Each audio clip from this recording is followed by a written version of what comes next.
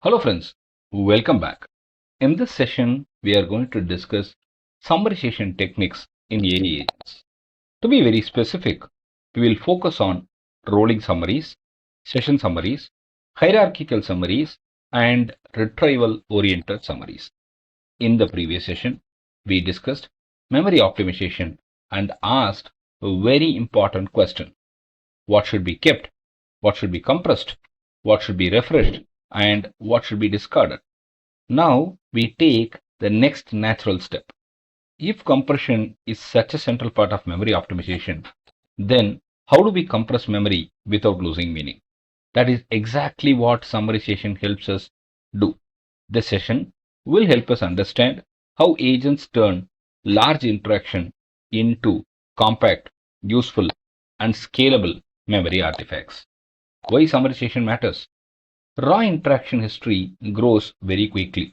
Every conversation turn, every workflow event, every tool output, every exception, and every decision can really contribute to memory. Over time, this becomes too large to keep using directly. Agents cannot keep injecting everything into active context. If they do, memory becomes noisy, token cost can increase, and retrieval quality can begin to fall. That is where summarization becomes very essential. Summarization keeps memory usable and scalable. It reduces bulk, but most importantly, it preserves the useful parts of history in a smaller and more manageable form. So, the goal is not simply to make memory shorter. The goal is to make memory more useful. Alright, what summarization really means? Summarization is not simple shortening. It is not taking a longer conversation and making it smaller. In memory engineering, summarization is a transformation from raw history to useful memory.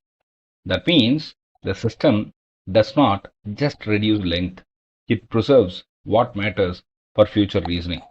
It keeps the parts of the interaction that influence what should happen next. This is why summarization supports continuity. It helps agents carry decisions, unresolved issues, patterns, and context forward into later sessions and workflows. In other words, summarization converts large interaction traces into compact memory artifacts that still remain operationally useful. This is the key idea to remember. Alright, what a strong summary should preserve. Now the next question is going to be very obvious.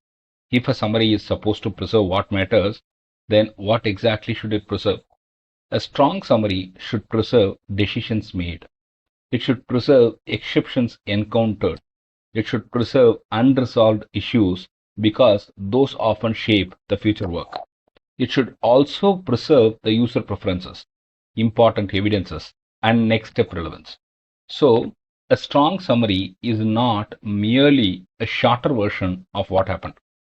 It is a focused representation of what will still matter later. This is very, very important. A weak summary retells the conversation. A strong summary equips the next reasoning step. That is why good summarization is not a cosmetic task. It is an operational design task. Remember that. Let us begin with the first summarization technique called the rolling summary. A rolling summary updates continuously as the interaction progresses.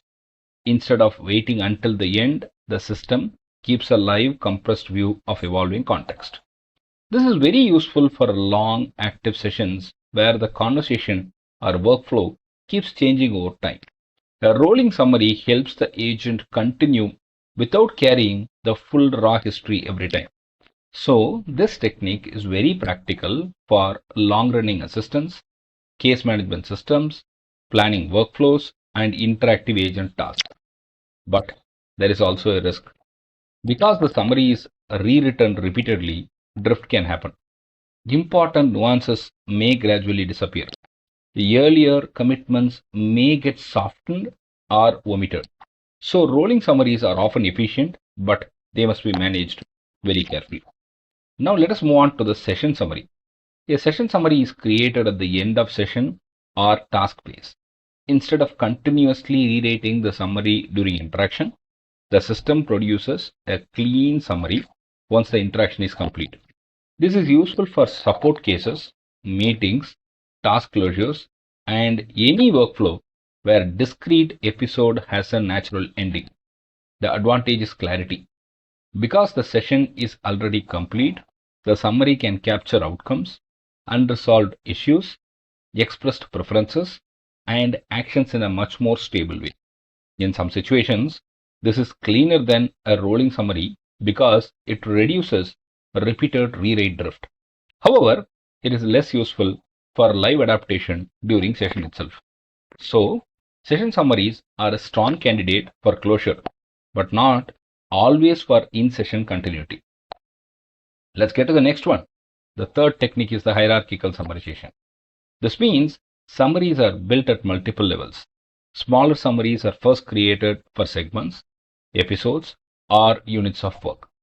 Then those smaller summaries are combined into larger summaries at higher level.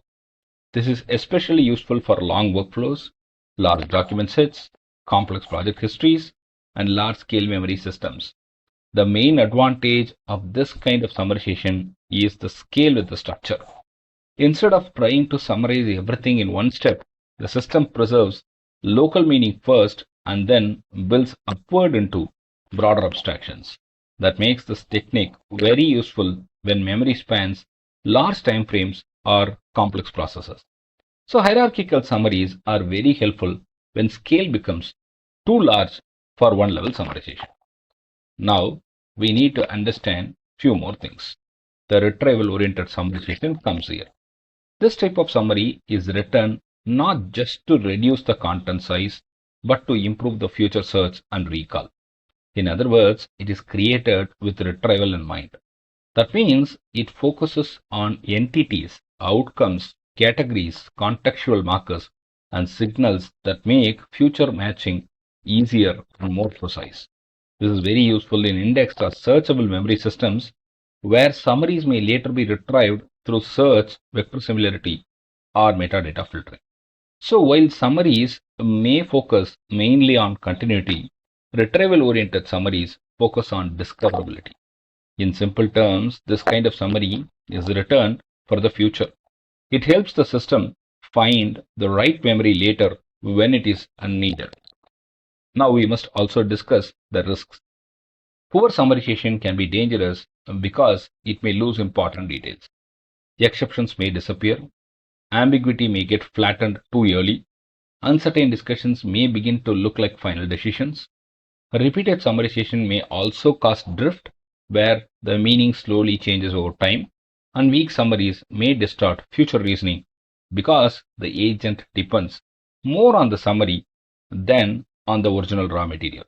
This is the most important caution in the session. The summary should reduce volume, but it should not distort meaning. That is why summarization must be engineered so very carefully. It is not harmless compression. It is a form of memory shaping, and that means it influences future reasoning very directly. Alright, let's go ahead and move to the next practical question. What makes memory expensive in production? We now know how memory is classified, how it is optimized, and how it is summarized. But at scale, memory also creates cost. That cost can come from storage, retrieval, token injection, refresh cycles, and even governance overhead. So in the next session, we will discuss the cost and the storage management. We will look at what makes memory expensive, how memory cost grows over time, what active, warm, and archived memory tiers mean, and how we can build sustainable memory systems. So the next session will move from memory quality into memory economics. Until then, it's bye from me. If you like the channel and the content, I request you to subscribe. That's the best way to encourage me. Thank you very much. If you have questions, please go ahead and type in the chat section. I'll be very glad to answer them. Thank you.